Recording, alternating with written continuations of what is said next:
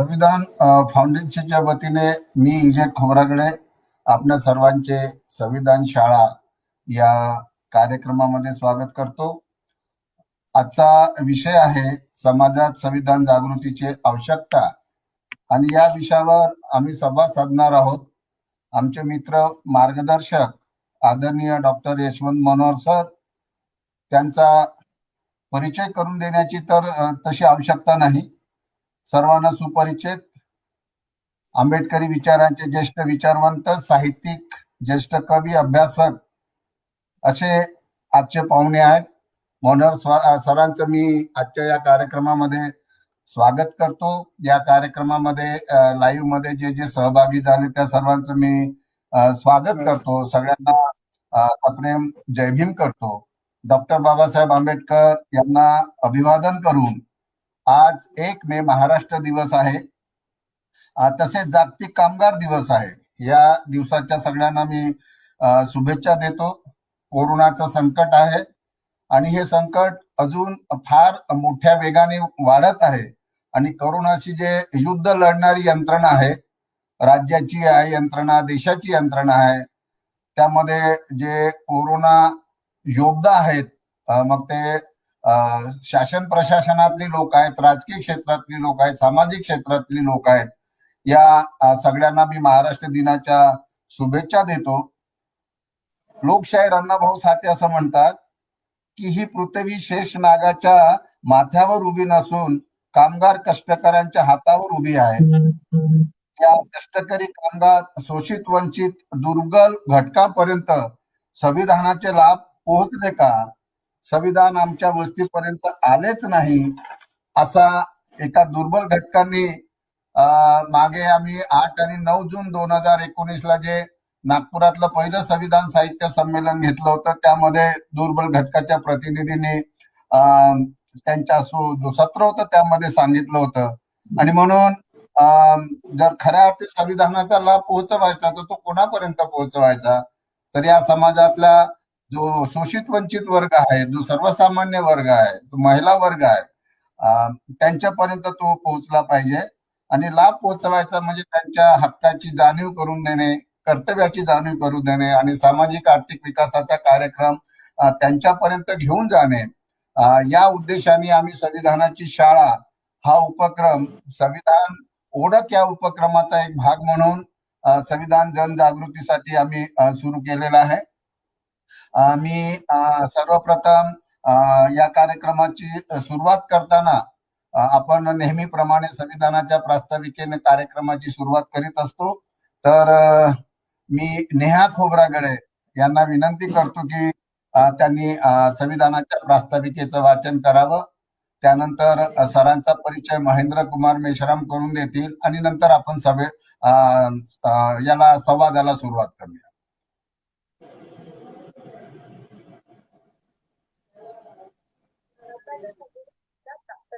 वाचन करते। आम्ही भारताचे लोक, भारताचे एक सार्वभौम, समाजवादी, धर्मनिरपेक्ष, लोकशाही राज्यघटनेचा व त्याच्या सर्व नागरिकांस सामाजिक, आर्थिक व राजनैतिक न्याय, विचार, अभिव्यक्ती, विश्वास, श्रद्धा व उपासना यांचे स्वातंत्र्य, दर्जाची व्यक्त करून देण्याचा राष्ट्राची एकता आणि एकात्मता यांचे आश्वासन देणारी प्रतिष्ठा प्रवर्धित करण्याचा संकल्पपूर्वक निर्धार करून आमच्या संविधान सभेत आज दिनांक 26 नोव्हेंबर 1949 रोजी याद्वारे हे संविधान अंगीकृत आणि अधिनियमित करून स्वतःप्रत अर्पण करीत आहोत। यानंतर डॉक्टर प्राध्यापक महेंद्र कुमार मेश्राम, खरं जसं मी म्हणालो तसं मनोहर सरांचा परिचयाची आवश्यकता नाही। त्यांचं व्यक्तिमत्वच असं आहे की त्यांना महाराष्ट्रच नाही तर देशभरात त्यांना जाणणारा फार मोठा वर्ग आहे। आणि तरी पण प्राध्यापक महेंद्र कुमार मेश्राम हे ते संक्षिप्त असा परिचय मनोहर सरांचा करून देतील। आदरणीय doctor Yashwant Manohar sir, Yashwant Manohar sir हे नाव मराठी साहित्य विश्वातील सर्व परिचित नाव व अतिशय प्रतिभावंत व्यक्तिमत्व होय. विशिष्ट भूमिका घेऊन विविध साहित्य प्रकारात त्यांनी केलेले विपुल लेखन विलक्षण आहे. कवी, समीक्षक, विचारवंत या नात्याने अवघा महाराष्ट्र त्यांना ओळखतो. अतिशय कष्टप्रद परिस्थितीशी संघर्ष करीत साहित्याच्या आणि परिवर्तनाच्या चळवळीत अफाट काम करणारे त्यांचे वाङ्मयीन व्यक्तिमत्व हे चतुरस्त्र व बहुआयामी आहे. सरांनी विविध वाङ्मय प्रकार समर्थपणे हाताळले असले तरी विद्रोही व आंबेडकरवादी जाणिवेचा कवी या नात्याने ते मराठी साहित्याच्या दालनात पहिल्यांदा प्रविष्ट झाले. औरंगाबाद येथील मिलिंद महाविद्यालयातील व तेथील विद्यापीठातील अध्ययन काळात त्यांच्या कवीपणाची आणि कवीमनाची जडणघडण झाली. एक बंडखोर आशयाचा कवी म्हणून उत्थान गुंफा कविता संग्रहाच्या रूपातून त्यांनी मराठी साहित्य प्रांतात दमदार प्रवेश केला. मी आंबेडकरांच्या ओठावर उगवलेला प्रलयंकारी सूर्य आहे असे आत्मविश्वासपूर्वक म्हणत कवी यशवंत मनोहर ज्वालांचे निश्वास हुंकारत पुढे आले. उत्थान गुंफानंतर सरांचे डॉक्टर बाबासाहेब आंबेडकर एक चिंतन काव्य, मूर्तिभंजन, जीवनायन, प्रतीक्षायन, अग्नीचा आदिबंध, स्वप्नसंहिता, युगांतर, डॉक्टर बाबासाहेब आंबेडकर, तुरुंग तोडणाऱ्या उठावाची कविता, युगमुद्रा या कविता संग्रहातून त्यांच्या वैशिष्ट्यपूर्ण काव्य प्रवास पुढे आला. डॉक्टर आंबेडकरांचा बुद्ध धम्म, प्रबोधन विचार, मूल्यमंथन, समाज परिवर्तनाची दिशा, विचारसत्ता, परिवर्तनाचे पडघम, क्रांतिकारी पुनर्रचना, भारताचे क्रांती संविधान, महाबुद्ध डॉक्टर आंबेडकर, महाराष्ट्र राज्याचे सांस्कृतिक धोरण इत्यादी 40च्या वर वैचारिक साहित्य कृतीतून समग्र विचारविश्व ढवळून काढत वर्तमान जाळणाऱ्या आगीत ते उतरले आणि माणसाच्या रचनेच्या कार्यशाळा घेत नव्या माणसाचे घोषणापत्र आदरणीय डॉक्टर यशवंत मनोहर सरांनी दिले. दलित साहित्य, सिद्धांत आणि स्वरूप, स्वाद आणि चिकित्सा, निबंधकार डॉक्टर आंबेडकर, साहित्य संस्कृतीच्या प्रकाशवाटा, बुद्धिवादी सौंदर्यशास्त्र, इहेवादी साहित्याची पूर्व दिशा, आंबेडकरवादी संहिता इत्यादी 25 समीक्षा ग्रंथातून मराठी साहित्य समीक्षकांच्या यादीत अग्रक्रमावर आपले अमीटपणे नाव कोरले. मुलाखती, प्रवास वर्णन, कादंबरी लेखन, पत्रसंग्रह, दलित लेखन इत्यादी साहित्य प्रकारातून यशवंत मनोहर सर यांची युगसाक्षी प्रतिभा मानवतेचे गाणे गाऊ लागली. क्रांतीच्या माथ्यातले बाबासाहेब उगवावेत लोकांच्या दैनंदिन वर्तनातून, म्हणून रचना करतो नवनव्या क्षितिजांची. तुमच्या नावाने सुरू झालेले युद्ध प्रत्येकाच्याच डोक्यात पेटवण्यासाठी प्रत्येकच अन्यायग्रस्त मनात एक एक बाबासाहेब आंबेडकर निर्माण करण्याची केली आहे मी प्रतिज्ञा आणि या प्रतिज्ञेलाच मानतोय मी माझी कविता असे म्हणत महामानवाला वंदन करणाऱ्या या प्रतिभावंत विचारवंतास महाराष्ट्र राज्य पुरस्कार, इंदिरा संत पुरस्कार, डॉक्टर भालचंद्र फाळके पुरस्कार, पद्मश्री विखे पाटील पुरस्कार, महाराष्ट्र फाउंडेशनचा पुरस्कार, मारवाडी फाउंडेशनचा डॉक्टर बाबासाहेब आंबेडकर पुरस्कार, केशवसूत पुरस्कार, सम्यक जीवन पुरस्कार, वसंत मून स्मृती पुरस्कार, सुगावा पुरस्कार, कवी कुसुमाग्रज पुरस्कार इत्यादी अनेक पुरस्कार व सन्मानाने गौरवान्वित करण्यात आले आहे. बाबासाहेब या दीर्घ कवितेतून नव्या युगाचे प्रियंबल लिहिणाऱ्या आणि समता, स्वातंत्र्य, न्याय, बंधुत्व या ध्रुव मूल्याचे सर्जन करणाऱ्या या प्रतिभावंत महाकवी यशवंत मनोहर सरांना मी संविधान फाउंडेशनच्या वतीने या ठिकाणी मनपूर्वक स्वागत करतो. धन्यवाद. थँक्यू महेंद्र. असा आहे आमचे डॉक्टर यशवंत मनोहर सरांचा परिचय. हा संक्षिप्त आहे, फार मोठा परिचय आहे. जसे पुरस्कार स्वीकारणारे आहेत तसेच तत्वात बसत नाही म्हणून पुरस्कार नाकारणारे सुद्धा डॉक्टर यशवंत मनोहर सर आहे. मागच्या वेळचा विदर्भ साहित्य संघाचा पुरस्कार त्यांनी आपल्या विचारनिष्ठेची प्रामाणिकता ठेवून तो नाकारला आणि आज आपण त्याशी संवाद साधणार आहोत. मला आठवते, मी आणखी एक पाऊल नावाचं पुस्तक प्रशासकीय अनुभवावर लिहिलं. त्या पुस्तकाचं प्रकाशन 15 ऑगस्ट 2015 झालं होतं विदर्भ साहित्य संघाच्या सभागृहात. त्या कार्यक्रमाचे सन्माननीय अध्यक्ष डॉक्टर यशवंत मनोहर सर होते. मी एक छोटंसं पुस्तक पुन्हा लिहिलं, आमचे संविधान, त्या पुस्तकाचा पण प्रकाशन सोहळा झाला तेव्हा ते अध्यक्ष होते. ते मार्गदर्शक आहेत आमचे. आणि त्यांना माहित आहे, आता त्यांनी एक पुस्तक लिहिलेलं आहे की संविधानाचे क्रांती पर्व, आणि त्याच्यात माझ्या नावाचा पण उल्लेख केला आहे. संविधान ओळख उपक्रम, संविधान दिन या निमित्ताने जे चांगलं आहे ते स्पष्टपणे सांगणारे आज आपण संविधानाची समाजात संविधानाच्या जागृतीची आवश्यकता यावर काही मुद्द्यांवर त्यांच्याशी चर्चा करणार आहोत. आपल्याला सगळ्यांना माहित आहे की 2005 मध्ये नागपूरमधूनच शाळांमधनं संविधानाच्या प्रास्ताविकेचा उपक्रम देशात पहिल्यांदा सुरू झाला. संविधान दिवसही 2005 ला नागपूरला सुरू झाला. त्या रॅलीमध्ये पण डॉक्टर यशवंत मनोहर सर उपस्थित होते. एक दशकानंतर तो देशभर सुरू झाला आणि तो आता हळूहळू पसरतो आहे.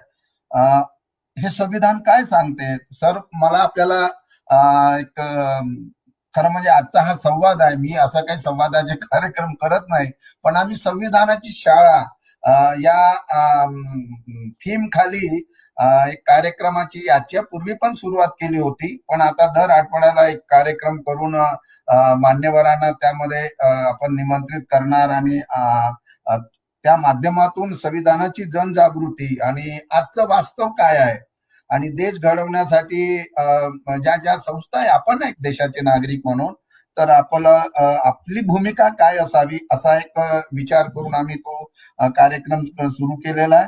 संविधानाची शाळा ही जशी रात्रीची शाळा भरत होती, जशी ती प्रौढ शिक्षणाची शाळा साक्षरतेची भरत होती, तर आम्ही एक 7 जानेवारी 2020 ला माननीय मुख्यमंत्री आणि मंत्रिमंडळातले मंत्रीगण यांना आम्ही एक संविधान फाउंडेशनच्या वतीने विनंती केली होती की संविधानाची शाळा ही आपल्याला ग्रामपंचायत स्तरावर किंवा जसं जसं शक्य असेल ते लोकांपर्यंत त्यांची बेसिक ज्याला मूल्य म्हणू आपण, संविधानाची जी वैशिष्ट्य आहे किमान त्याची जर तोंड ओळख करून दिली, ती जशी साक्षरतेचं अभियान चालवलं सरकारने त्या पद्धतीने, तर त्यावर सरकारचा अजून काही प्रतिसाद नाही, पण आपण हे करत राहिलं पाहिजे म्हणून आम्ही तो सरकारला लिहित असतो. मध्येच आम्ही संविधान हा विषय शाळा, महाविद्यालय, विद्यापीठामध्ये अनिवार्य केला पाहिजे अशी पण आम्ही भूमिका घेऊन सरकारला पत्रव्यवहार केला. हे करत असतो, बोलत असतो. आणि मान्यवर आजचे जे पाहुणे आहेत यशवंत मनोहर सर मला आपल्याला असं विचारायचं आहे की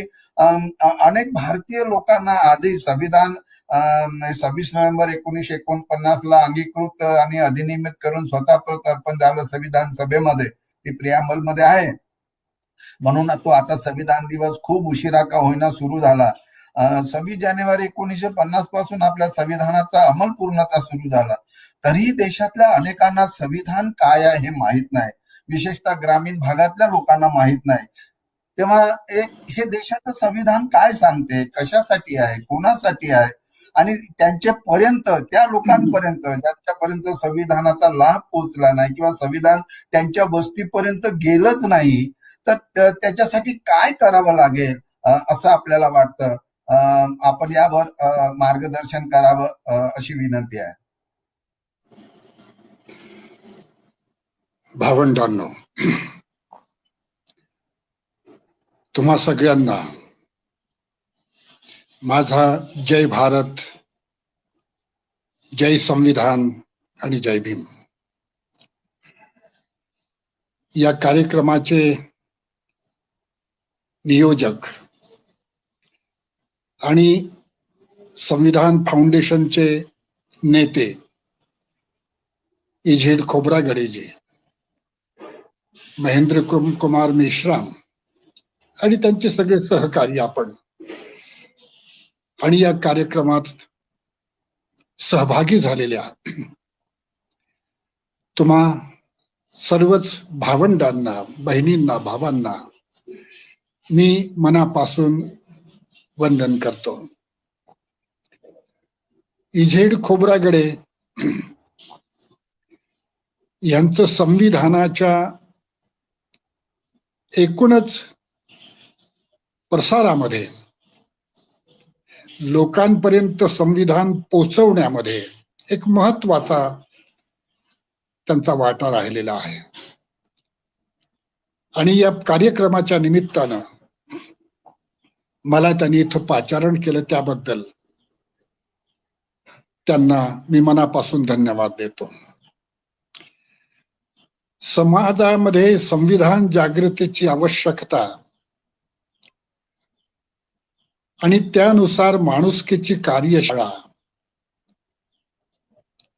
हे एक ध्येय संविधान फाउंडेशननं आपल्या डोळ्यापुढे ठेवलेलं आहे. आणि या संपूर्ण ध्येयाचं महाराष्ट्रापुरतं एक सक्षम नेतृत्व एजेड खोब्रागडेंच्या रूपानं आपल्याला ज्ञात आहे. त्यांनी जो प्रश्न केला, आपण जो प्रश्न केला, तो प्रश्न अत्यंत महत्वाचा आहे. संविधान कोणासाठी आहे, कशासाठी आहे, संविधान काय सांगतं आणि ते लोकांपर्यंत पोचलं का, आणि ते जर पोचायचं असेल तर त्यासाठी आपण काय केलं पाहिजे. भावंडांनो, एक संकल्पना आधी स्पष्ट करतो. भारतीय संविधान ह्या दोन संकल्पना आहेत आणि या दोन संकल्पनांची एक संकल्पना, एक जीव संकल्पना तयार होते. परंतु एक गोष्ट आपण लक्षात ठेवा की भारतीयत्व ही जी संकल्पना आहे ती संकल्पना बदलणारी आहे. वेदपूर्व काळात म्हणजे श्रमण संस्कृतीमध्ये भारतीयता ही संकल्पना आहे आणि पुढच्या काळामध्ये आपण हे बघतो की भारताला उद्देशून हिंदुस्थान असंही म्हटलं जातं. अशा प्रकारच्या गैरसमजुती, अपसमजुती ही देशामध्ये आहेत. या पार्श्वभूमीवर ही संकल्पना, भारतीयत्व ही संकल्पना संविधानाला लागून जी आलेली आहे, भारतीयत्व ही संकल्पना, तिचा आशय आता पूर्ण बदललेला आहे. ती पूर्ण क्रांतिकारी, परिवर्तनवादी अशा प्रकारची संकल्पना झालेली आहे. समाजवाद, सेक्युलरिझम, बंधुता, भगिनीता, न्याय, समान संधी, स्वातंत्र्य, या सगळ्या ज्या मूल्य संकल्पना आहेत, या संकल्पनांचा एक कोश, मूल्यकोश, अशा प्रकारचं स्वरूप भारतीय या संकल्पनेला आता आलेलं आहे. आणि भारतीयत्व आणि संविधान या संकल्पनांची मिळणी झालेली आहे. ही गोष्ट आपण लक्षात ठेवली पाहिजे. मी हे नेहमीच सांगतो की भारतीय संविधानापूर्वी या देशामध्ये जो झगडा सुरू होता, संघर्ष सुरू होता, तो प्रमुख संघर्ष भारतीयत्व विरुद्ध वैदिकत्व असाच होता. पुढे भारतीयत्व विरुद्ध ब्राह्मण धर्म असाच होता. ही गोष्ट आपण लक्षात ठेवा. या सगळ्या प्रवासामध्ये आपल्याला हे दिसतं की भारतीयत्व ही संकल्पना ही अगदी बुद्ध काळापासून आणि अशोकाच्या काळापासून पुढे सरकत सरकत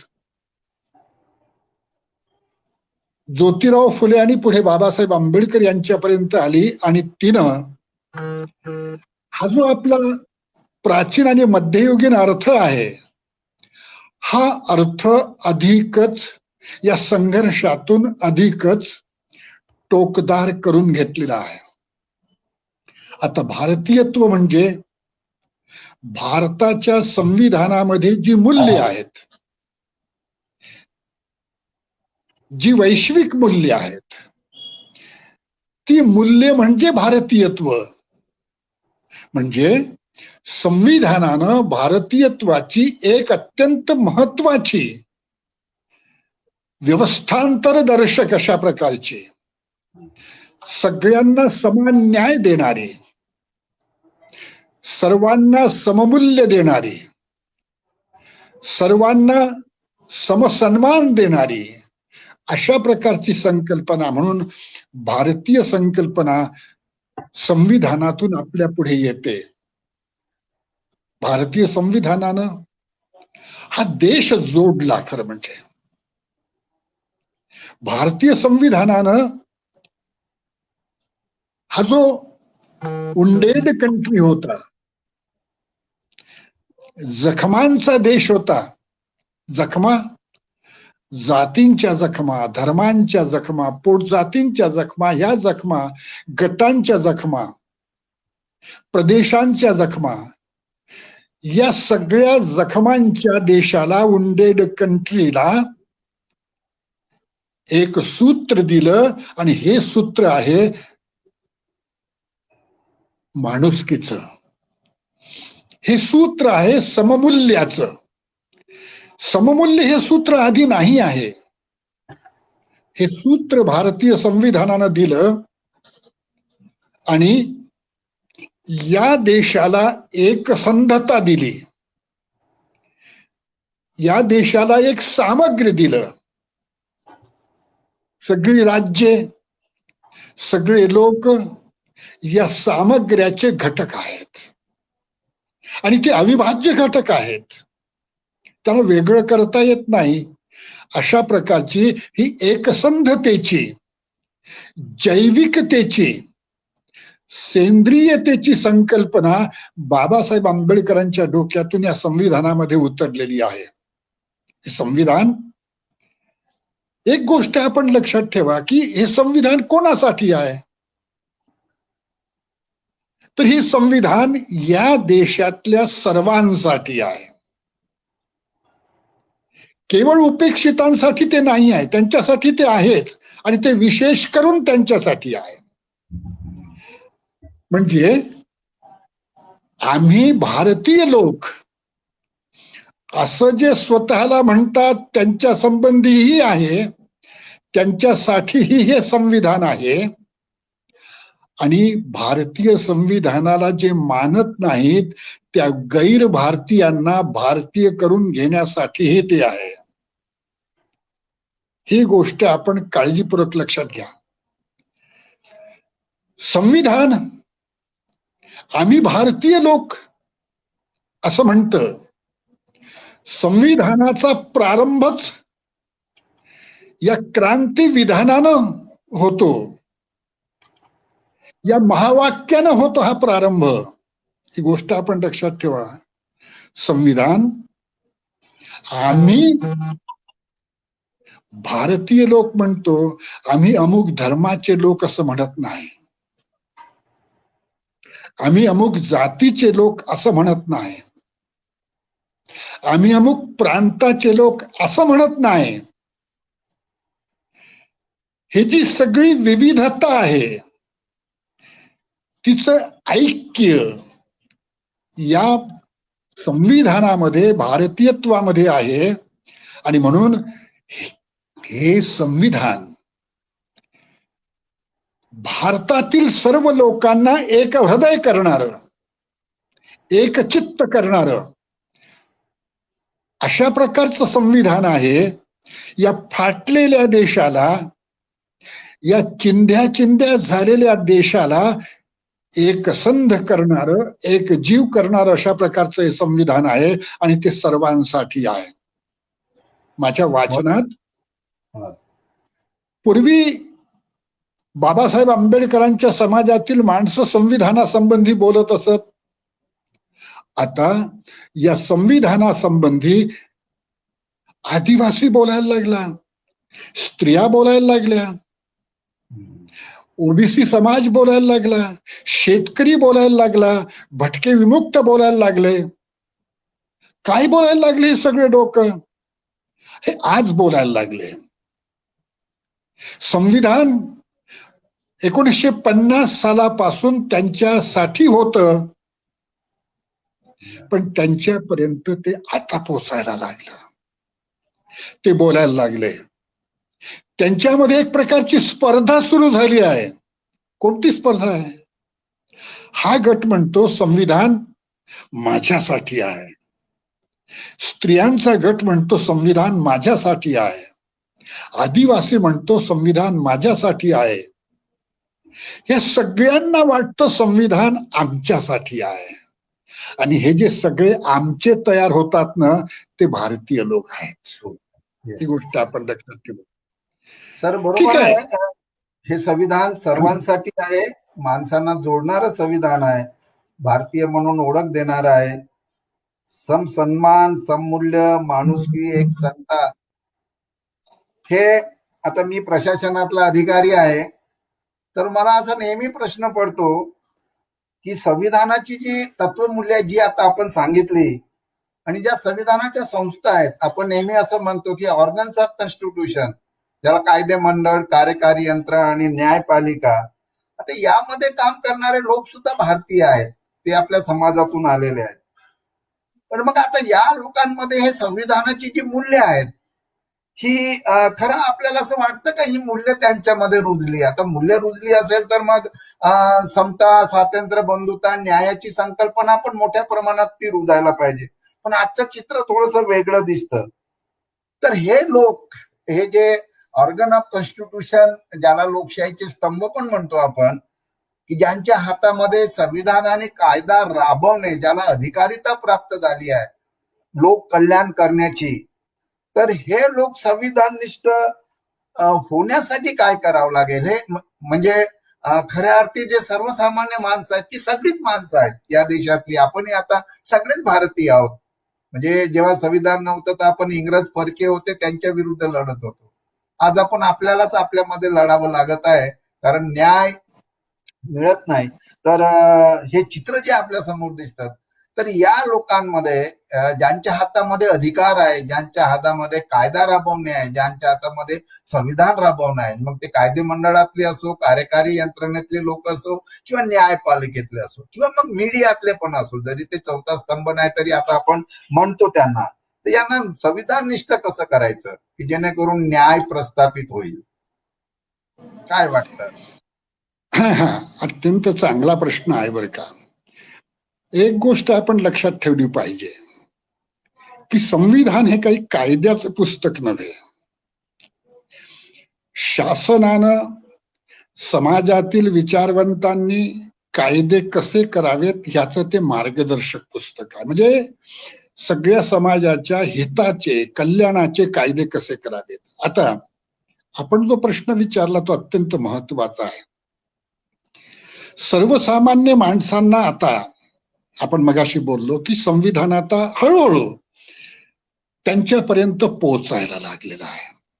मला असं वाटतं बरं का की प्रिंट मीडिया आणि इलेक्ट्रॉनिक मीडिया यांनी जर मनावर घेतलं, अभ्यासक्रमामध्ये जर संविधान गेलं, विशिष्ट पद्धतीने ते द्यावं लागेल. छोट्या पुस्तिका करणे, सोप्या भाषेतल्या अशा पुस्तिका जर आपण केल्या, महाराष्ट्रामध्ये असे प्रयोग झालेले आहेत, होत आहेत, तर या प्रकारे असे प्रयोग केले तर संविधान अधिक लोकांपर्यंत पोहोचण्याचा वेग वाढेल. आपल्याला हे सांगतो खोब्रागडेजी की संविधान लोकांपर्यंत या 50 वर्षाच्या काळामध्ये, 60 वर्षाच्या काळामध्ये का पोहोचलं नाही? ते का पोहोचलं नाही संविधान, याच्यापेक्षा का पोचू दिलं नाही हा प्रश्न अधिक महत्वाचा आहे. कारण संविधान जर लोकांपर्यंत पोचलं तर हा देश क्रांतीच्या उंबरठ्यावर जाऊन उभा राहतो, तो मूल्याधिष्ठित होतो, तो हस्तक्षेप करील, तो प्रश्न विचारील हा समाज, आणि या भीतीनं हे होऊ दिलं गेलं नाही. आणि म्हणून तुम्ही जो प्रश्न विचारला त्याच्याकडे आपण वळू की या देशातील जो प्रशासकीय वर्ग आहे, बुद्धिजीवींचा वर्ग आहे, प्राध्यापक आहेत, इंजिनियर्स आहेत, डॉक्टर्स आहेत, वगैरे वगैरे, विचारवंतांचा, साहित्यिकांचा वर्ग आहे, आपल्याला हे सांगतो की ज्या प्रकारे या देशातल्या संविधान विरोधी किंवा संविधानातील क्रांतीला घाबरणाऱ्या राजकारण्यांनी संविधान लोकांपर्यंत पोहोचू दिलं नाही, त्या प्रकारे आपण ज्यांची जी नावं घेतली ते मध्यमवर्गीय लोक आहेत, मिडल क्लासचे लोक आहेत. आणि मिडल क्लासच्या लोकांना, जे सत्ताधारी असतील, शासनकर्ते असतील किंवा इतर क्षेत्रातले मध्यमवर्गीय असतील, या मध्यमवर्गीयांचा सर्वसामान्य समाजाशी तसा संबंध तुटलेला असतो. तो पुढच्या उच्च मध्यम वर्गीय माणसाकडे बघतो आणि खालच्या माणसांकडे दुर्लक्ष करतो. या परिस्थितीमध्ये अगदी शासनानं कायदा करून, कारण काय माहित आहे का, 51व्या कलमामध्ये आपल्याला माहित आहे की संविधानाचं पालन करणं हे सगळ्यांना बंधनकारक आहे. 51वं कलम म्हणतं. आता हे पालन संविधानाच्या या नियमांचं, या मूल्यांचं पालन केलं का लोकांनी? ते पालन केलं असतं तर तुम्हाला हा प्रश्न विचारावा लागला नसता आणि मला या प्रश्नाचा विचार करायची गरज पडली नसते. हे पालन केलं गेलं नाही, कारण हे कोणालाच परवडत नाही. त्यांच्या स्थितिशील मानसिकतेला, त्यांच्या मूलतत्ववादी मानसिकतेला अशा प्रकारचं पालन करणं शक्य होत नाही. परंतु भारत सरकारनं, आता हे सरकार काय करू शकतं हे आपल्याला माहिती आहे, पण भारत सरकारनं संविधानाच्या इच्छा प्रत्यक्षात आणण्यासाठी 51व्या कलमानुसार असा कायदा करावा की या संविधानाचं पालन जो करणार नाही त्याला प्रशासनामधून आणि कुठल्याही नोकऱ्यामधून निलंबित केलं जाईल, वजा केलं जाईल. अशा प्रकारचा अध्यादेश, किती अध्यादेश तुम्ही काढता, पण असा अध्यादेश तुम्ही काढतच नाही. असा अध्यादेश काढला तर कदाचित या सर्व बुद्धिजीवी आणि प्रशासकीय लोकांमध्ये आणि विचारवंतांमध्ये हे संविधान पोचण्याची शक्यता आहे. पण मला त्याच्याही पेक्षा असं वाटतं की कायद्याच्या बंधनापेक्षा आपल्या माणुसकीचा निर्णय जास्त महत्वाचा, आपल्यातील करुणेचा निर्णय जास्त महत्वाचा, आपल्यातील सलोख्याचा, एकोप्याचा निर्णय जास्त महत्वाचा. आपलं मन जर संविधाननिष्ठ झालं, संविधाननिष्ठ होणे म्हणजे जातीतीत, वर्गातीत, धर्मातीत 51व्या कलमामध्येच हे सांगितलं गेलं आहे. या सगळ्या बंधनांच्या पलीकडे जाऊन तुम्ही भारतातील लोकांमध्ये बंधुभाव आणि भगिनी भाव वाढीस लावला पाहिजे. तुम्ही विज्ञान निष्ठा वाढीस लावली पाहिजे. रिफॉर्मची प्रक्रिया म्हणजे पुनर्रचनेची प्रक्रिया गतिमान केली पाहिजे.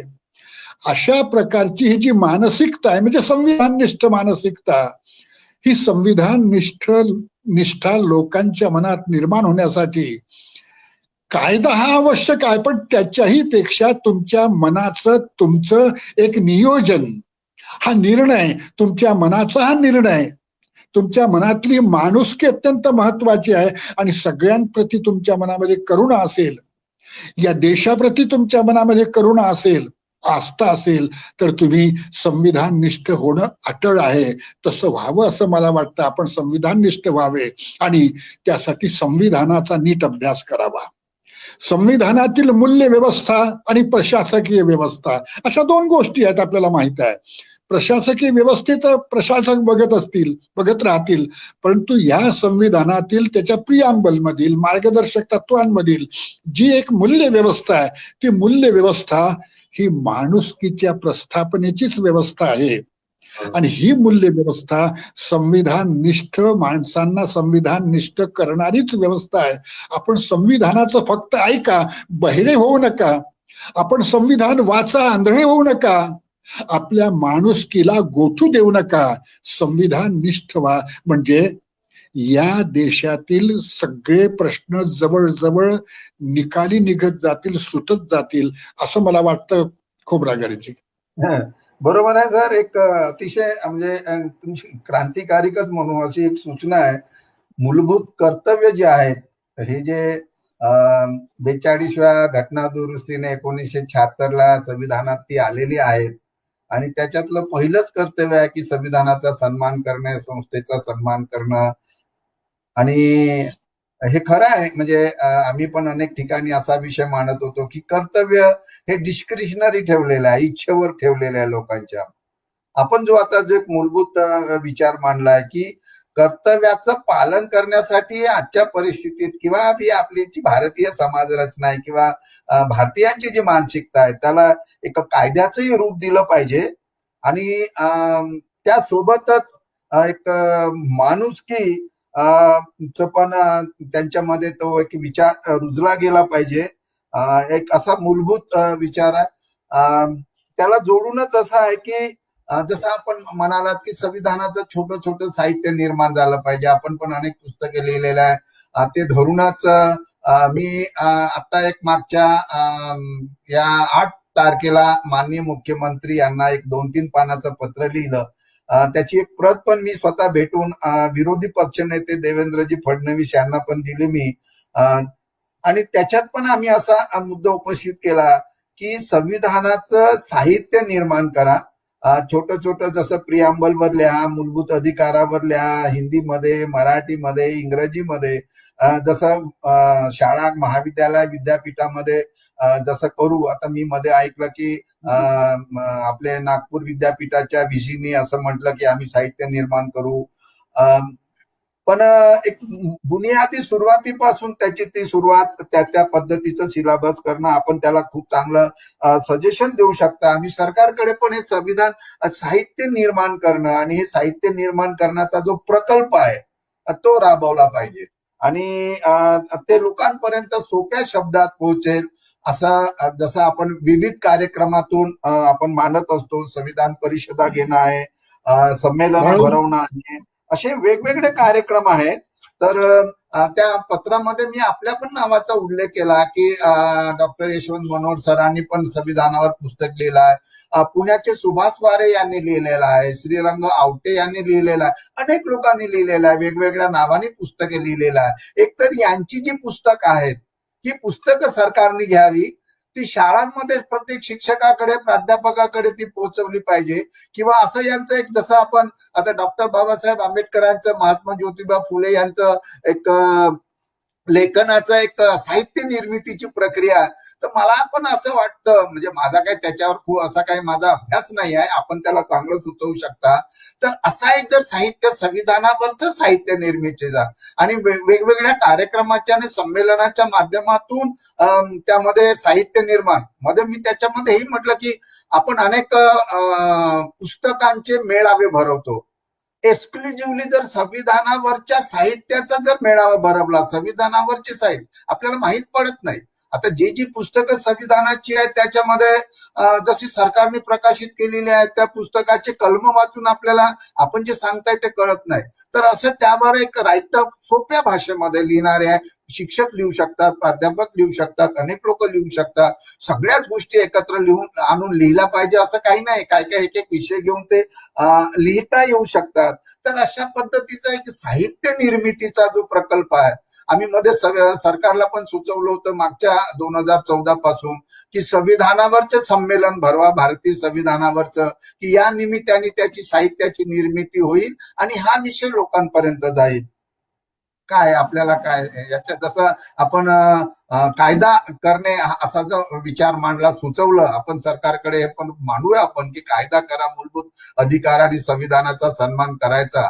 कारण संविधान हे लोकांना जोडणार आहे, देशाचं संविधान आहे आणि संविधान आहे म्हणून आपलं अस्तित्व आहे, आपलं स्वातंत्र्य आहे. तर हे संविधानाचं साहित्य निर्माण करणं याबद्दल काय सांगा? मला असं वाटतं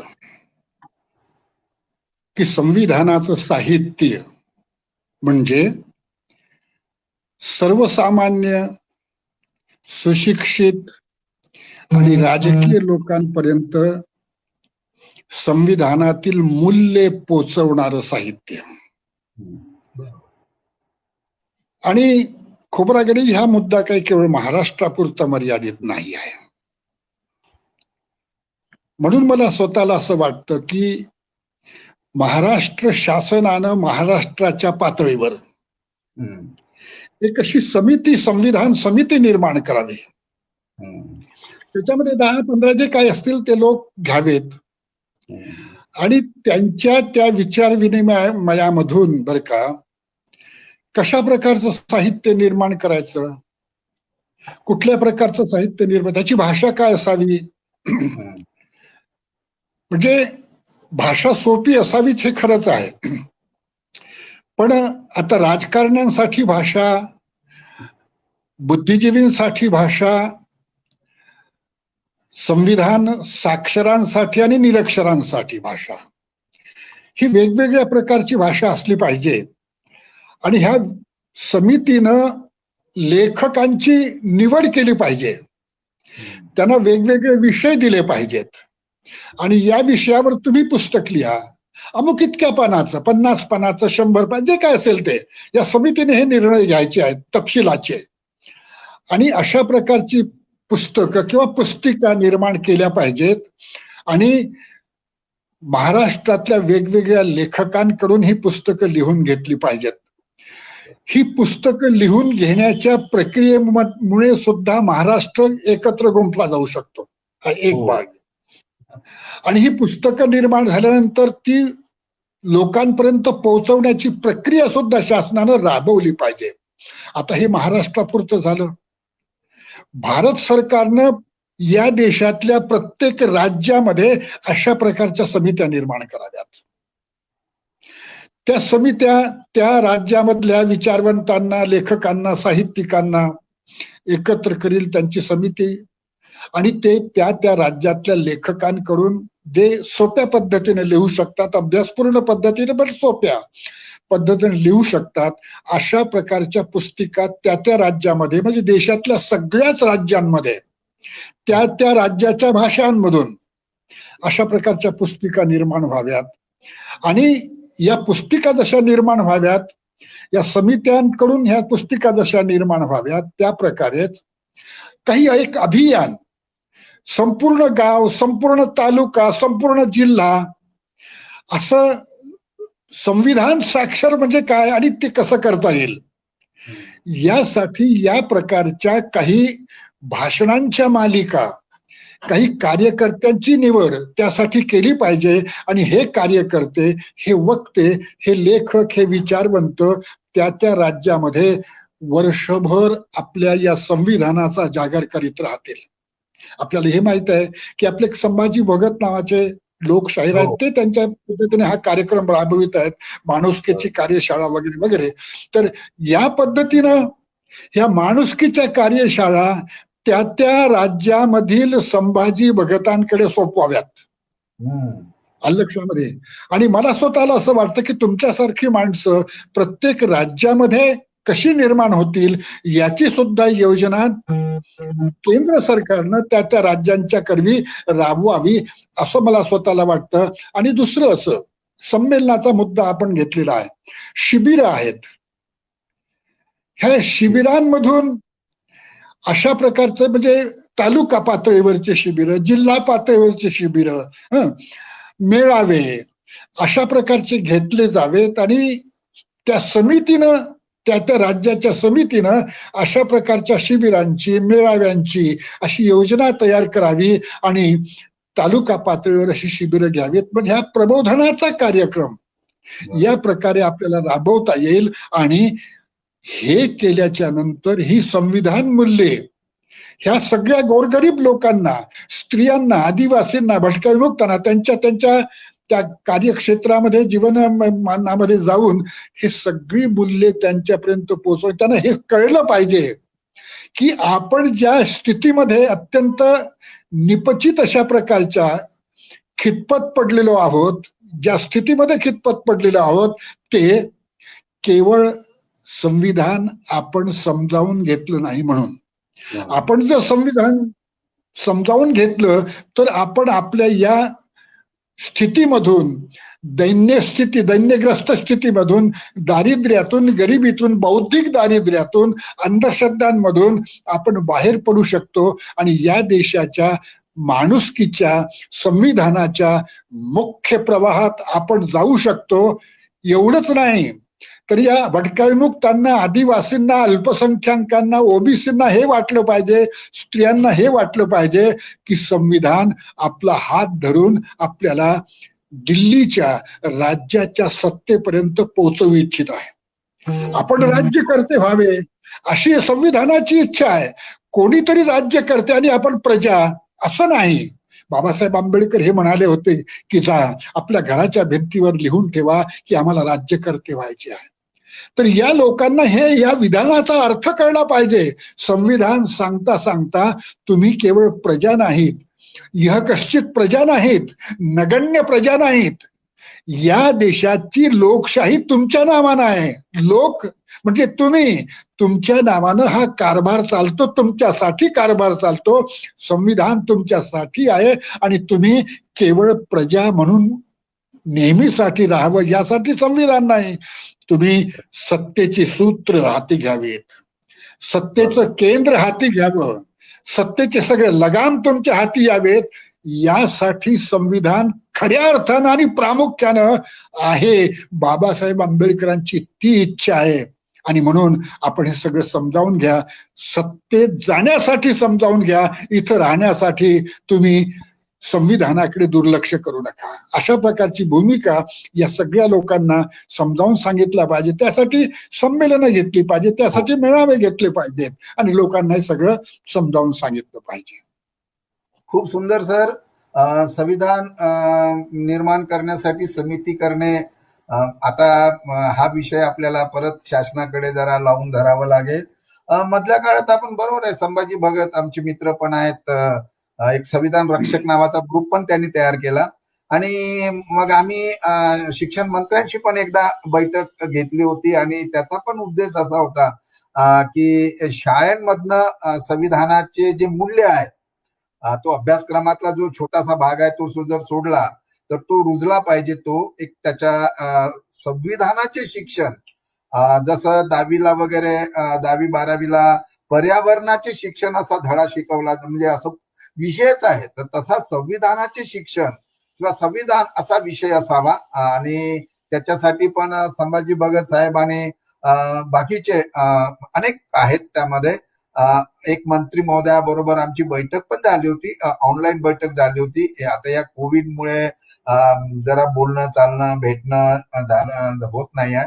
आणि नंतर आयुक्त जे आहेत शिक्षण विभागाचे पुण्याला, त्यांच्याकडे पण बैठक झाली, पण आता पुढे ते काही गेलं नाही. तर मला असं वाटतं की आपण जर याच्यामध्ये थोडासा पुढाकार घेण्याची गरज आहे आणि परत संभाजी भगत यांना सांगून आपण हे शिक्षक जे आहेत, शाळेतून जरी संविधान वाचलं जातं, प्रियांबल वाचलं जातं, तरी खऱ्या अर्थी संविधानाचे जे आता आपण बेसिक मूल्य सांगितले, समता, स्वातंत्र्य, बंधुता, न्याय म्हणजे संविधान निष्ठ होणे आहे.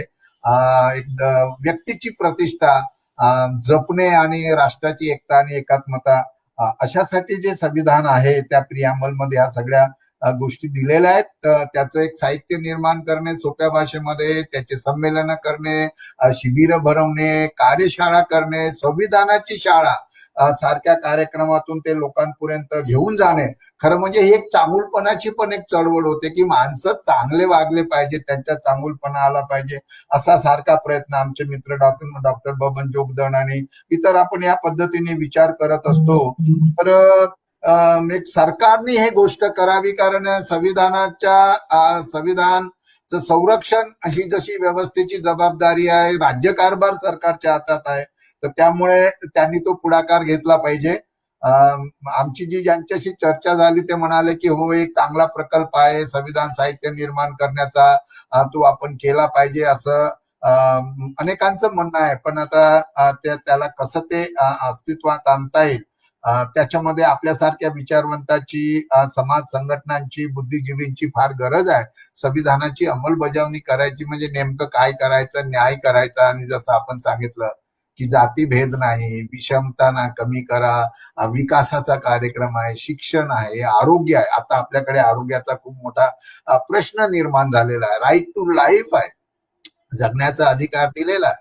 आणि या जगण्याचा अधिकार आर्टिकल 21 मध्ये हा आपल्याला राईट टू एज्युकेशन आहे, फंडामेंटल राईट आहे. राईट टू हेल्थ हा आपला फंडामेंटल राईट आहे. अनेक आहेत, पण हे लोकांना माहीतच नाही. तर त्याच्यामुळे संविधानाची अंमलबजावणी करणं म्हणजे आहे संविधान, चांगलं सांगते सगळं संविधान, पण ते त्याची अंमलबजावणी करणारी जी यंत्रणा, त्या यंत्रणेवर आपल्याला कशा पद्धतीने एक ज्याला आपण काय म्हणू, त्यांना मार्गदर्शनही करू, समजावून सांगू, नाही ऐकलं तर प्रसंगी त्यांच्यावर दबाव आणू. म्हणजे कायद्याच्या बाहेर नाही, पण कायदा आहे शेवटी. जे जे कायदे आलेले आहेत ते कायदे सगळे संविधानाच्या अशी सुसंगत आहे. संविधानाचं जे एक बेसिक स्ट्रक्चर आहे त्याला धरून कायदे आलेले आहेत. जी कायद्याची अंमलबजावणी आहे ती जर नीट झाली तर मला वाटते न्यायाची प्रक्रिया अजून बळकट होऊ शकते. तर त्यासाठी जो बुद्धिजीवी वर्ग आहे, अधिकारी कर्मचारी वर्ग आहे, सामाजिक संघटना आहेत,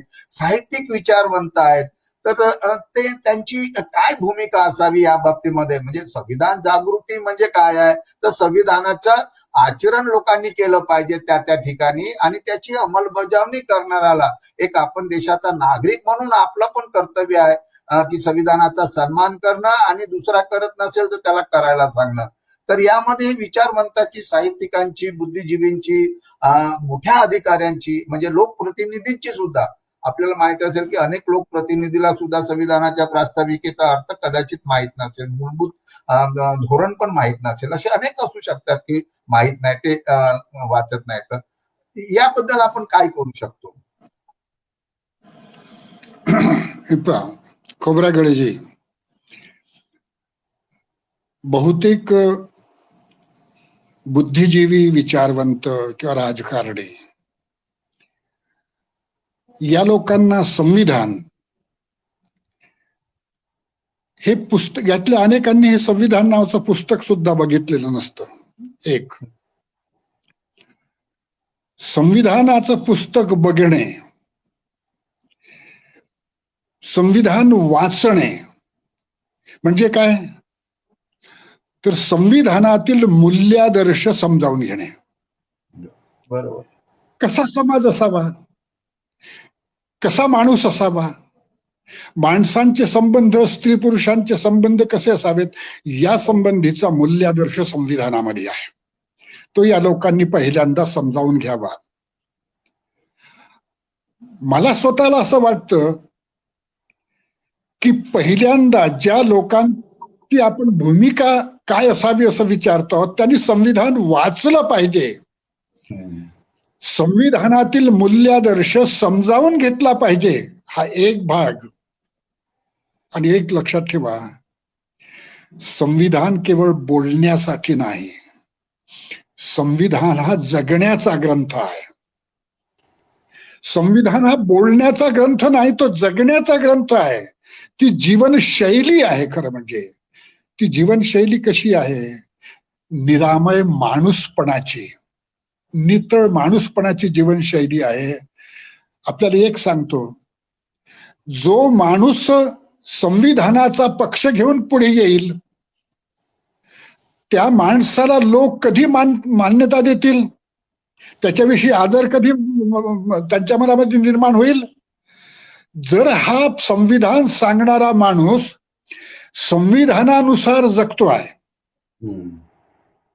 त्याने आपली जात सोडली आहे, तो धर्मनिरपेक्ष म्हणजे इहवादी झालेला आहे, सेक्युलर झालेला आहे, आणि तो या सगळ्या बॅरिकेड्सच्या, कुंपणांच्या, भिंतींच्या पलीकडे या भिंती तोडून गेलेला आहे, तो संविधानमय माणूस झालेला आहे. हे जेव्हा लोकांच्या निदर्शनास येईल ना, लक्षात येईल ना, तेव्हा लोक त्याचं म्हणणं ऐकतील. हे लक्षात ठेवा.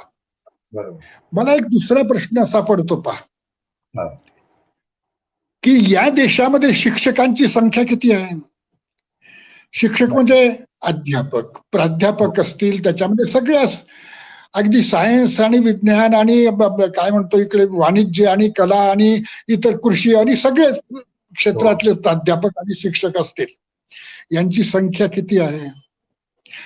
आपल्याला एक सांगतो, या सगळ्या शिक्षकांनी, अध्यापकांनी जरी मनावर घेतलं ना, की हा देश ते संविधानमय करू शकतात, हे लक्षात ठेवा. बरोबर आहे. आपल्याला जे वाटतं ना खोबरागडेजी, हम्म. ते तुम्हाला वाटतं, मला वाटतं, आणखी काही लोकांना, आपल्या मित्रांना वाटतं. पण ज्या क्षणी या देशातल्या सगळ्या, ज्याला आपण शाखा म्हणतो, त्या सगळ्या शाखांमधल्या प्राध्यापकांना, अध्यापकांना, शिक्षकांना वाटेल, तो क्षण हा देश क्रांतिमय, संविधानमय होण्याचा असेल.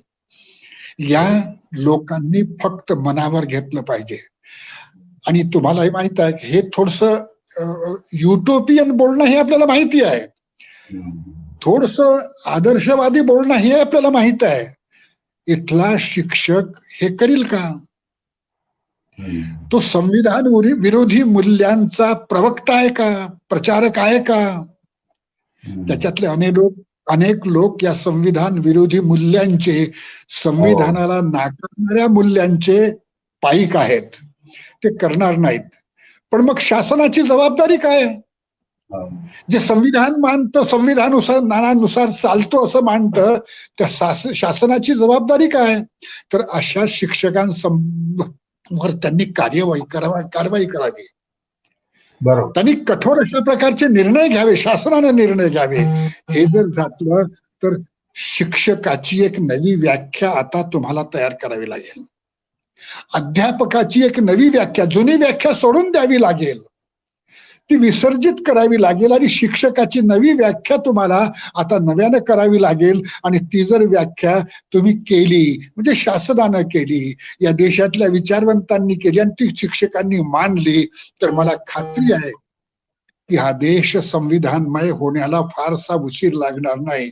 आणि ते या शिक्षकांनी सगळ्या मनावर घ्यावं, अशा प्रकारची अपेक्षा मी या निमित्तानं करतो.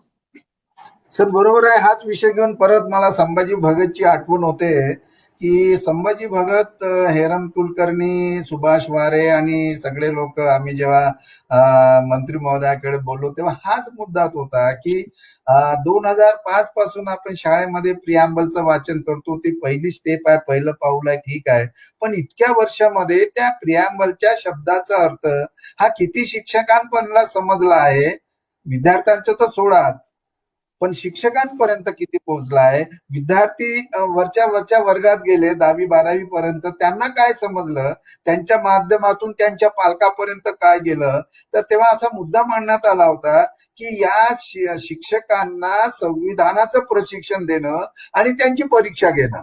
म्हणजे आपल्याला आता ठीक आहे, ते आता परीक्षेच्या बद्दलचा एक वादाचा मुद्दा असू शकतो, पण त्याच्यातला एक गांभीर्य असं होतं किंवा त्याचा उद्देश असा होता की नुसतं वाचन नाही, जसं आपण म्हणालात की वाचन कशासाठी? तर ते आचरणासाठी आहे, ते जीवनाचा एक भाग झालं पाहिजे, जेणेकरून आणि मग आपल्या त्या व्यवहारामध्ये ते प्रतिबिंबित झालं पाहिजे की आम्ही संविधान निष्ठावून म्हणजे काय आहे. तर मग आम्ही बंधुभावानी वागतो आणि आमचा हा देश आहे तो आदर्श समाज व्यवस्था. डॉक्टर बाबासाहेब आंबेडकर म्हणाले की मला आदर्श समाज व्यवस्था पाहिजे आणि हा देश मला हा आधुनिक भारत पाहिजे. म्हणजे कसा पाहिजे? जसं आपण सुरुवातीला सांगितलं, यात जातीभेद नको, विषमता नको, धर्मांधता नको, इथं माणसाला पुढे जाण्याचं एक स्वातंत्र्य मिळालं पाहिजे, संधी मिळाली पाहिजे, अन्याय अत्याचार नको, म्हणजे माणुसकीचा देश आपण जसं म्हणाला. तर हा विषय आता परत तो एक लावून धरावा लागेल. आणि ही गोष्ट खरी आहे की प्रियांबल वाचनाचा उपक्रम सुरू केला, जसं मी 2005 मध्ये नागपूर मधून केला, तरी आपण जे म्हणालात ते बरोबर आहे की नागपूरच्या उपराजधानीमध्ये असा उपक्रम जेव्हा सुरू झाला तेव्हा मला पण खूप विरोध त्या गोष्टीसाठी झाला. मी काही संविधानाचा तज्ज्ञ नाही, मी अनेक ठिकाणी म्हणतो, पण मला असं वाटलं की मी ज्या संविधानाने देशाचा कारभार चालतो आणि संविधान देश जर घडवतो, प्रियांबल मध्ये आपण ह्या सगळे मूलतत्व सांगत असतो, तर हे मुलांवर त्याचे संस्कार रुजवू, त्या मुलांच्या माध्यमातून घरोघरी जाईल, शिक्षकांमध्ये ते रुजतील आणि एक संविधाननिष्ठ एक व्यक्ती ची जडणघडण होईल, त्याच्यावर तसे संस्कार होतील. पण संविधान मूल्य विरोधकांची पण संख्या फार मोठी आहे, हा एक तो धोका आहे. यासाठी सरकारच याच्यात पुढाकार घेऊ शकते. एक चांगली सूचना आपण केलेली आहे, ती सूचना आपण आता सरकार पुढे परत मांडूया, आपला प्रयत्न सुरू राहील.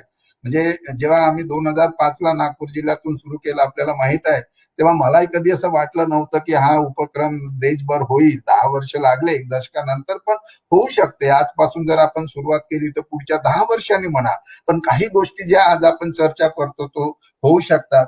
शेवटचा मुद्दा आता आजच्या या संवादातला माझा जो असा आहे की आज आपल्याकडे कोरोनाचं संकट आहे, आपत्ती आहे. म्हणजे आपण बघतोय की सगळ्यांचा जीव धोक्यात आहे. खूप निर्बंध आहेत, म्हणजे संविधानाच्या स्वातंत्र्यावर निर्बंध आहे. स्वातंत्र्य हे कधी अमर्याद असं स्वातंत्र्य नाही आहे. ते संविधानाला निर्बंध घातलेला आहे आणि ते शासन प्रशासनाला ते अधिकार दिलेला आहे. तर अशा प्रसंगी संविधान हे प्रशासनाला, शासनाला, सरकारला आणि नागरिकांना काय शिकवते, आपलं वर्तन कसं असलं पाहिजे की जेणेकरून की हा जो समाज अशा संकट समयी, आजचा हा कोरोनाचा मुद्दा आपल्याकडे, असे संकट आपल्यावर येत असतात, पण आजचं जे संकट आहे तर या संकटाच्या प्रसंगी धैर्याने कसं तोंड द्यायचं, संविधानाची मूल्य आपल्याला काय शिकवतात आणि याचा सामना कसा करायचा याच्याबद्दलचं जरा आपण मार्गदर्शन करा. लोकांमध्ये धीर आधार देण्याची पण गोष्ट आहे. आपण यानंतर आपला हा आजचा संविधान म्हणजे संवादाचा आपण या मुद्द्यानंतर आपला हा कार्यक्रम संपेल. तर सर, हा एक मुद्दा आहे, आपण सविस्तर यावर बोलावं अशी विनंती आहे. खोब्रागडेजी, एक छोटासा आणखी मुद्दा मागच्या संदर्भात सांगतो की अभ्यासक्रमामध्ये सगळ्या शाखांच्या संविधानाचे वेगवेगळे अंश म्हणजे संविधानाचं महत्व सांगणारे, त्याच्या मार्गदर्शक तत्वांचं आणि त्याच्या प्रियांबलचं महत्व सांगणारे अंश अभ्यासक्रमामध्ये असावेतच. पण आणखी एक महत्वाचा मुद्दा आपण लक्षात ठेवूया. तो मुद्दा असा आहे की शिक्षक जे शिकवतात, अध्यापक जे शिकवतात, हे शिक्षण, हे अध्यापन त्यांचं संविधान मूल्यांच्या निकषावर झालं पाहिजे, हे लक्षात ठेवा. म्हणजे तुम्ही कुठल्याही गोष्टीचा, पाठातील कुठल्याही आशयाचा अन्वयार्थ संविधानानुसार कसा लावायचा, या दृष्टीनं संविधान मूल्यांची मांडणी विद्यार्थ्यांपुढे शिकवताना, कुठलाही धडा किंवा पाठ शिकवताना संविधान मूल्यांच्या निकषावर तुम्ही कसं ते शिकवता, हे जरी तंत्र शिक्षकांमध्ये त्यांनी डेव्हलप केलं ना, तरी संविधानमय भारत होऊ शकतो. आता तुमचा प्रश्न असा, कोरोना ही महामारी आहेच आपल्या आयुष्यामध्ये. अशा प्रकारचं एक विलक्षण संकट, अपूर्व संकट आपण बघतो आहोत. यावेळेला आपल्या सगळ्यांची जबाबदारी काय आहे आणि संविधान काय सांगतं? संविधानामध्ये 48व्या आणि 51व्या कलमामध्ये, अनुच्छेदामध्ये स्पष्टपणे वने, नद्या, सरोवरे आणि सगळ्या प्रकारचे पर्यावरण या संदर्भातलं तुम्ही जपलं पाहिजे. त्याचं संवर्धन, नुसतं संरक्षण नाही, ह्या दोन्ही अनुच्छेदांमध्ये म्हणजे संरक्षण आणि संवर्धन हे दोन वेगवेगळ्या संकल्पना आहेत, त्या तुम्ही जपल्या पाहिजे, प्रत्यक्षात आणल्या पाहिजे. आणि काय होतं खोब्रागडेजी, हे जे वेगवेगळे व्हायरस आहेत, आजार आहेत, मानवी जीवनावरती आलेलं हे जे महासंकट आहे, याचा संबंध शेवटी पर्यावरणाशी जुळतो आहे. तुम्ही पर्यावरणाशी खेळला आहात, दंगामस्ती केलेली आहे, बेपर्वाईनं वागलात तुम्ही पर्यावरणाशी, मग आता पर्यावरण तुमची परीक्षा घेत आहे. ही गोष्ट आपण लक्षात ठेवा. आणि या दृष्टीनं 25वं कलम तुम्हाला काय सांगतं? नीतिमत्ता, सार्वजनिक नीतिमत्ता, सार्वजनिक स्वास्थ्य, आरोग्य, अशा प्रकारचं हे जे सुव्यवस्थेचं तत्व आहे ते संविधानात आहेच 25व्या कलमात. पण त्याच्याही पेक्षा तुम्हाला एक सांगतो, हे आरोग्य, ही सुव्यवस्था, ही नीतिव्यवस्था, यांच्या मागे एक तत्व आहे, ते आहे सद्विवेकाचं. ते विसरलं जातं पहा. सद विवेक. सत्सत विवेकचा बौद्ध वाङ्मयामध्ये काय अर्थ आहे? सम्यक विवेक, सम्यकता. सद काय, असद काय, इष्ट काय, अनिष्ट काय, चांगलं काय, वाईट काय, मानुष काय आणि अमानुष काय, मानवी काय आणि पाशवी काय, या सगळ्या संदर्भातला विवेक तुम्ही केलाच पाहिजे असं संविधान आपल्याला सांगताय. संविधानाचं तुम्हाला एक सांगतो, सगळ्यात मोठं तत्व हे निवडीचं तत्व आहे. सद बाजूला करा, असद बाजूला करा, असतचं निर्मूलन करा, सतचं संवर्धन करा. त्याच्यामध्ये पर्यावरण येईल, त्याच्यामध्ये माणुसकी, विज्ञान निष्ठा येईल लक्षामध्ये. आणि या निमित्तानं आपण एक गोष्ट लक्षात ठेवली पाहिजे की कोरोनाच्या काळामध्ये ज्या काही अपप्रवृत्ती आलेल्या आहेत, कोरोना आपल्याला काय सांगतोय की आता राजकारण्यांनी आपल्या राजकारणाची दिशा बदलली पाहिजे. आता राजकारण्यांनी पर्यावरणाशी, माणसांच्या संबंधांच्या रचनेच्या बदलाशी, हे कसं माणसांच्या मनांच्या रचनांचे हे परिणाम आहेत, कुपरिणाम आहेत. म्हणजे आता माणसाला तुम्हाला जबाबदार केलं पाहिजे, रिस्पॉन्सिबल केलं पाहिजे लक्षामध्ये. अशा प्रकारची नव्या माणसांच्या रचनेची, नव्या राजकारणाच्या रचनेची, राजकारण्यांच्या नव्या मानसिकतेच्या रचनेची गरज आहे. कोरोना हे तुम्हाला सांगतो आहे. आता लक्षात ठेवा, मंदिर, ही पीठ, ती पीठ, त्या यात्रा, त्या जत्रा, तुम्हाला हे सगळं हा तपशील लोकांना माहिती आहे. या सगळ्या गोष्टी कोरोनाला एका अर्थानं समर्थन देणाऱ्या गोष्टी आहेत. आणि म्हणून देववाद, दैववाद आणि ही गर्दी यात्रा जत्रांमधली आता तुम्ही ह्या सगळ्या गोष्टी त्यागण्याची गरज आहे. माणसांची मन बदलण्याची गरज आहे, नवी मन निर्माण करण्याची गरज आहे. आता जी पारंपरिक पद्धतीची जी मन होती, राजकारण्यांची, समाजकारण्यांची, बुद्धिवंतांची आणि या सगळ्या धर्मनिष्ठांची मन, ज्यांच्यामुळे ही सगळी संकट निर्माण झाली, ही संकट निर्माण करणारी, सगळ्यांचा विनाश करणारी मन आता बदलण्याची आणि नव्या मनांचा विचार करण्याची गरज आहे. कोरोना आपल्याला हे सांगतो आहे. कोरोना हे तुम्हाला स्वस्थ राहायचं असेल, स्वास्थ्यपूर्ण जीवन जगायचं असेल तर तुम्ही काय करायचं आहे? माझ्यावर हल्ला करण्यापेक्षा तुम्ही तुमच्या मनातील कुप्रथांवर, कुसंस्कारांवरती हल्ला करा. तो हल्ला तुम्ही यशस्वीपणे करू शकला तर माझा पराभव बाय द बाय होऊन जाईल आहे. हे कोरोना आपल्याला सांगतोय.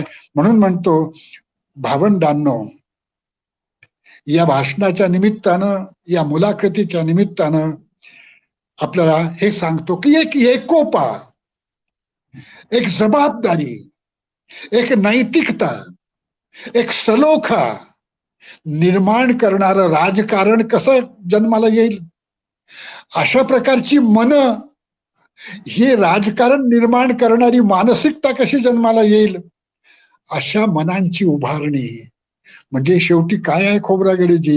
ही संविधान निष्ठ मनांचीच निर्मिती आहे. म्हणून आता तुम्ही या सगळ्या जुन्या व्याख्या ज्या आहेत मनाच्या त्या बदला, राजकारणाच्या जुन्या व्याख्या त्या बदला, तुमच्या संबंधांच्या व्याख्या माणसांच्या त्या बदला. आता जरा सरळ व्हा. सरळ व्हा म्हणजे सरळ माणूस व्हा आणि सरळ संविधान निष्ठ व्हा. कोरोनाचा पराभव तुम्हाला या मार्गाने करता येणं शक्य आहे आणि पुढचे कोरोना तुम्हाला थांबवता येणंही शक्य आहे. तशी ताकद तुमच्यात व्हावी तशा प्रकारच्या नव्या व्याख्या, नवी मानसिकता तुमच्या जन्माला यावी या देशातल्या लोकांमध्ये. अशा प्रकारची संविधाननिष्ठ मानसिकता जन्माला यावी अशा प्रकारची अपेक्षा करतो. आणि आपण मला विचारपूर्वक ऐकून घेतलं आणि आपल्या फाउंडेशननं, संविधान फाउंडेशननं मला हा एक विचारविनिमय हितगुज करण्याची संधी प्राप्त करून दिली. त्याबद्दल तुमच्या फाउंडेशनला धन्यवाद देतो आणि थांबतो. जय भारत, जय संविधान, जय भीम. मनोहर सर, खूप सुंदर कोरोनाच्या संदर्भातलं म्हणजे एक त्याला असं म्हणू की एक वेगळी बाजू, एक वेगळा विचार, क्रांतिकारक विचारच म्हणता येईल. तर पारंपरिक म्हण आहे, तर रूढीवादाची म्हण आहे, अंधश्रद्धेची म्हण आहे, ती आता बदलावी लागतील. आणि संविधानातली जी मूल्य समता, स्वातंत्र्य, बंधुता, न्यायाची आहेत, धर्मनिरपेक्षतेची आहे, विज्ञाननिष्ठ आहे, मानवतेची आहे, ती स्वीकारावं लागेल. मग एकोपा, सलोखा निर्माण होईल. आणि मग आपल्याला खरं म्हणजे जो म्हणजे आता आमचे प्रधानमंत्री म्हणतात की आत्मनिर्भर भारत, म्हणजे हा आत्मनिर्भर भारत हे सगळं संविधाननिष्ठ मन झाल्याशिवाय होणारच नाही आहे. तर पहिला फोकस असला पाहिजे शासन प्रशासनाचा की व्यवस्थेतल्या लोकांची मनं बदलणे आणि न्यायाची प्रक्रिया मजबूत करणे. आणि मग समाजामध्ये, विचारवंतांमध्ये, सगळ्या लोकांमध्ये ही एक एकोपाची भावना, सलोख्याची भावना, आणि जे जे संविधानाला मान्य नाही आहे किंवा संविधान जे सांगत नाही ते करायचं नाही, ते ना करायचं. संविधान सांगते तेच आहे. आणि मग डॉक्टर बाबासाहेब आंबेडकरांचं संविधान सभेतलं भाषण 25 नोव्हेंबर 1949चं भाषण असेल, किंवा मग पहिलं भाषण हे 17 डिसेंबर 1946चं असेल. खरं म्हणजे हे भाषणचे कायदेमंडळ, कार्यकारी यंत्रणेतल्या लोकांच्या पुढे आता ते वारंवार वाचण्याची, त्याचं महत्व समजून सांगण्याची गरज आहे. आता आपण आज महाराष्ट्र दिनी आणि कामगार दिनी आपण संविधानाची शाळा या नावाने हा कार्यक्रम आम्ही सुरू केलेला. आणि ह्या कार्यक्रमाचा पहिला संवाद, संविधानाचा संवाद डॉक्टर यशवंत मनोहर सर यांनी अतिशय सुंदर आणि असं आपल्याला सगळ्यांना समजेल अशा भाषेमध्ये आणि एक नवीन विचार आपल्या समोर ठेवलेला आहे. मी सरांचं मनापासून अभिनंदन करतो, आभार मानतो. ते आमचे मार्गदर्शक आहे, समाजाचे मार्गदर्शक आहे. समाज याचा अर्थ म्हणजे मी ज्या समाजातून आलो त्या समाज नाही, सोसायटी ॲज ए होल, सगळा समाज जो भारत समाज आहे, तो भारतीय समाज आहे, त्याचे ते मार्गदर्शक आहे डॉक्टर यशवंत मनोहर सर. आणि आता समारोप करताना मी डॉक्टर बबन जोगदंड यांना आजच्या या संविधान शाळाच्या या कार्यक्रमाचं आभार प्रदर्शन करावं अशी मी त्यांना विनंती करतो. डॉक्टर बबन जोगदंड सर, धन्यवाद मनोहर सर. आदरणीय इजड खोब्रागडे सर यांच्या संकल्पनेतून आज महाराष्ट्र दिनाच्या मुहूर्तावर म्हणता येणार नाही, किंवा महाराष्ट्र दिनाच्या निमित्तानं आज आपण संविधान फाउंडेशनच्या वतीनं संविधानाची शाळा हा एक आगळा वेगळा उपक्रम सुरू केलेला आहे. आणि या संविधानाच्या पहिल्या शाळेमध्ये ज्यांचं म्हणजे लेक्चर किंवा ज्यांनी वर्ग घेतला ते आपल्या संबंध महाराष्ट्रातले नव्हे तर देशातले फार महान विचारवंत, लेखक, साहित्यिक, आणि ज्यांची भाषा अशी ओघवती, ज्यांच्या भाषेमध्ये नवनवीन शब्द आहेत, नवनवीन रचनावाद आहे, किंवा त्यांच्या भाषेमध्ये एक लालित्यपूर्णता आहे आणि अभ्यास पण तेवढाच प्रगल्भ आहे. असे आदरणीय यशवंत मनोहर सर यांनी, इजड सरांनी, विशेषतः इजड सरांनी त्यांच्याशी संवाद साधला. हे दोन्ही दिग्गज मंडळी आहेत. आणि मला आनंद वाटतो की या संविधानाच्या पहिल्या शाळेमध्ये साधारणतः एक 200 विद्यार्थी होते सर आज. म्हणजे पहिल्याच वर्गामध्ये, पहिलाच दिवस, आणि 200 विद्यार्थी संविधानाचे जे प्रेमी आहेत संबंध देशभरातले, त्यांनी सहभाग घेतला. याचा मनोमन आनंद वाटते की अशा या पॅन्डेमिकच्या वातावरणात सुद्धा आपण त्याच्यावर फार चांगलं भाष्य केलं की हे जे सध्याची कोरोनाची स्थिती वगैरे. पण सर, आपण संविधानाच्या संदर्भात 2-3 ज्या गोष्टी सांगितल्या त्या तर फार महत्वाच्या आहेत. की संविधान हा काही बोलण्याचा ग्रंथ नाहीये, हा संविधान जगण्याचा ग्रंथ आहे. संविधान एक जीवनशैली आहे. अगदी खरं आहे सर. आणि आपण तेही सांगितलं की आज आपल्याला संविधान आपण अंगीकृत करून 26 नोव्हेंबर 1949 आज 72 वर्ष झालेले आहेत. आणि आपण सांगितलं की आता कुठं संविधान हे ओबीसी पर्यंत जात आहे, शेतकऱ्यांपर्यंत जात आहे, महिलांपर्यंत जात आहे, युवकांपर्यंत जात आहे. म्हणजे आता खऱ्या अर्थानं यांच्यामध्ये जागृती होत आहे. तर या जागृतीचं स्फुलिंग आणखी आपल्याला पेटवावं लागेल सर. आणि अशा कार्यक्रमाची म्हणूनच गरज आहे. मला फार आनंद वाटतो की या क्षेत्रातले दोन दिग्गज म्हणजे आदरणीय इजळ खोब्रागडे सरांनी तर आपल्याला त्यांच्यामुळे संविधान दिन आज आपल्या संबंध देशामध्ये साजरा होतो याची खरं तर सगळ्यांना कल्पना आहेच की त्यांनी एवढा पाठपुरावा केला. 26 नोव्हेंबर माझा खरं तर त्या दिवशी वाढदिवस आहे. माझ्या वाढदिवसाला महत्व आलं. म्हणजे 26 नोव्हेंबर संविधान दिनी मला लोक हे करतात. खरं तर ते अगोदर नव्हतं. पण सरांनी संविधान दिवस संबंध देशामध्ये आज पाळला जातो. त्याचं श्रेय सरांना आहे. आणि आदरणीय मनोहर सर तर काय म्हणजे आपल्यासाठी एक प्रेरणा स्त्रोत आहेत, आपल्यासाठी ऊर्जा स्त्रोत आहेत.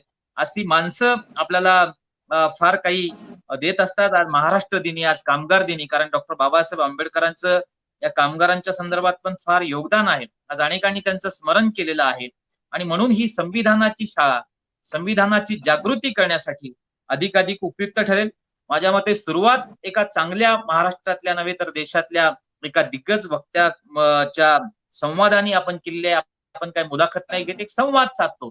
आणि सरांनी साधला. आज आणखी काही आमची सगळी जी टीम आहे संविधान फाउंडेशनची, ते वेगवेगळे लोक वेगवेगळ्या महाराष्ट्रातल्या मान्यवरांशी 8 दिवसाला किंवा 8 दिवसातून 2 वेळा संवाद साधतील.